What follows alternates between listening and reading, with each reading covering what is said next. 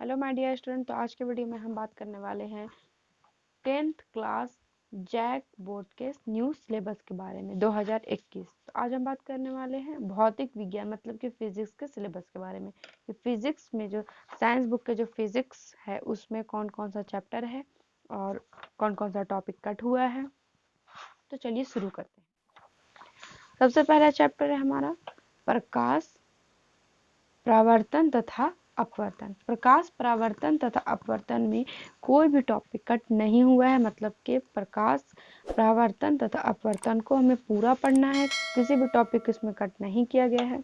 अब सेकंड हमारा आता है मानव नेत्र तथा रंग बिरंगा संसार। मानव नेत्र तथा रंग बिरंगा संसार में कुछ टॉपिक्स को कट किया गया है। चलिए देखते हैं वो टॉपिक्स कौन से हैं।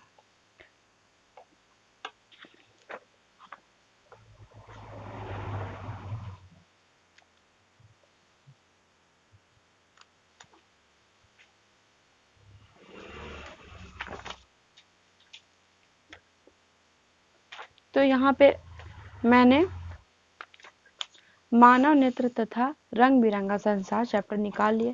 अब चलते हैं टॉपिक की तरफ। तो फर्स्ट टॉपिक है प्रिज्म से प्रकाश का अपवर्तन, मतलब कि प्रिज्म से प्रकाश का अपवर्तन हमें नहीं पढ़ना है। तो हम देखते हैं प्रिज्म से प्रकाश का अपवर्तन, इसे हमें नहीं पढ़ना है। इसे आप अपने बुक में भी इस तरह से कट कर सकते हैं ताकि इससे रिलेटेड कोई किसी भी तरह का क्वेश्चन आंसर कुछ भी हमें याद नहीं करना है। सेकंड है हमारा कांच के प्रिज्म द्वारा श्वेत प्रकाश का विक्षेपन। कांच के प्रिज्म द्वारा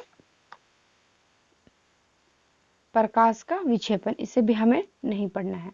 इसे भी हम कट कर लेंगे और इसे अंडरलाइन कर देंगे ताकि जब भी हम बुक खोलें और हम पढ़ाई करने बैठे तो ये हमें सबसे पहले दिखाई दे कि हमें इसे नहीं पढ़ना है। उसके बाद आता है हमारा वायुमंडलीय अपवर्तन। जैसा कि यहीं पे है वायुमंडलीय अपवर्तन, इसे भी हमें नहीं पढ़ना है, इसे भी हम कट कर लेंगे। उसके बाद हमारा आता है प्रकाश का प्रकीर्णन। इसे भी हमें नहीं पढ़ना है। प्रकाश का प्रकीर्णन में आप अंदर देखेंगे कि टिंडल का प्रभाव, स्वच्छ आकाश का रंग नीला क्यों होता है, सूर्योदय तथा सूर्यास्त के समय सूर्य का रंग लाल क्यों होता है, ये सब कुछ भी हमें इसमें नहीं पढ़ना है। उसके बाद हम आते हैं विद्युत में भी कुछ चैप्टर को कुछ पॉइंट्स को कट किया गया, जैसे कि विद्युत धारा का तापीय प्रभाव।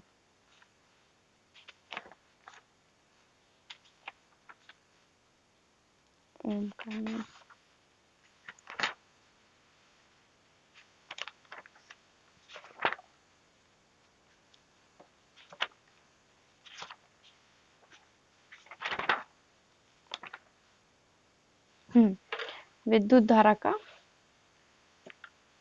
तापीय प्रभाव, इसे भी हमें नहीं पढ़ने, से भी हम कट कर लेंगे। उसके बाद है हमारा विद्युत शक्ति। इसमें जो भी, जैसे कि यहाँ पे आप देख सकते हैं कि कुछ क्या है, यहाँ पे फॉर्मूला है। अगर इससे भी कोई भी न्यूमेरिकल अगर आता है तो उसे भी आपको नहीं बनाने से, मतलब कि न्यूमेरिकल भी बनाने के लिए नहीं आएगा, इसलिए इसका फॉर्मूला भी याद करने की कोई जरूरत नहीं है। और एक है विद्युत शक्ति। तो हमारा कौन कौन सा चैप्टर हो गया, प्रकाश परावर्तन तथा अपवर्तन, मानव नेत्र तथा रंग बिरंगा संसार और विद्युत। उसके बाद हमारा चैप्टर है फिजिक्स में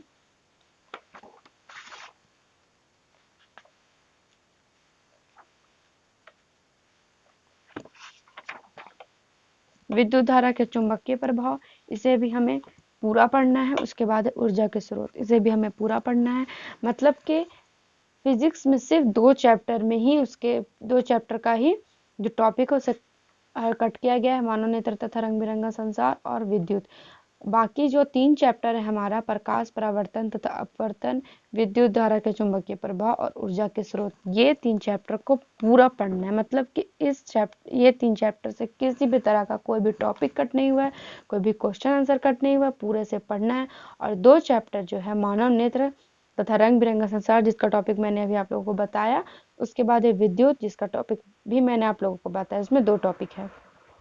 उसमें से उस टॉपिक में से कोई भी क्वेश्चन आंसर भी आप लोग को याद नहीं करना है, मतलब उस टॉपिक को पढ़ना ही नहीं, बिल्कुल नहीं पढ़ना, वो एग्जाम्स में भी नहीं आएगी। ये मत सोचेगा कि अगर सिलेबस आया है तो कट हुआ है फिर भी छोटा मोटा क्वेश्चन दे सकता है, ऐसा नहीं होगा। अगर एक बार कट कर दिया तो कट कर दिया, क्योंकि इस बार कोरोना के वजह से 40% क्या हुआ है कि कटौती हुआ है सिलेबस में।